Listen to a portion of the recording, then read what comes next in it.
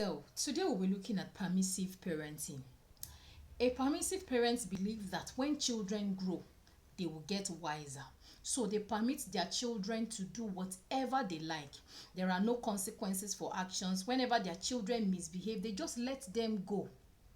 There are no healthy boundaries. That is why you see some children will slap their parents, insult their parents, and their parents will just be laughing, or they will basically do nothing because they believe, okay, he's still a child, he is not wise enough. Yes, children do not have the right kind of wisdom to live their lives. That is why they have us, their parents, to instill the right kind of values, the right kind of knowledge, so that they can grow up to be healthy and successful and live a fulfilled life.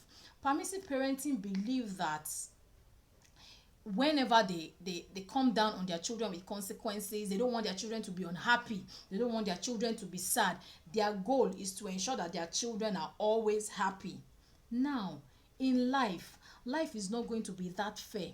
Life is not about you being happy at all times. There are consequences for actions. So when you raise your children to always get away with misbehavior, life is not going to be that generous. At the end of the day, you are raising children that will not have coping skills. You are raising children that will not be able to deal with challenges in life. You are raising children that will not even be able to take instructions wherever they go to. They just want to do things according to their own rule anyhow. There's no organization that will be able to sustain such an habit.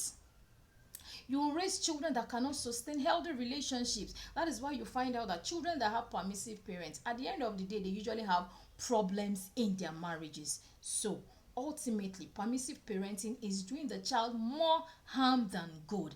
As parents, we need to set boundaries, healthy boundaries. There should be consequences for actions. We need to make sure that our children, there are expectations for our children. Our children know that at this point in time, this is what I'm expected to get. This is where I'm expected to have gotten to at this stage in my life. Let us raise our children with this kind of mindset so that at the end of the day, we are not sincerely wrong.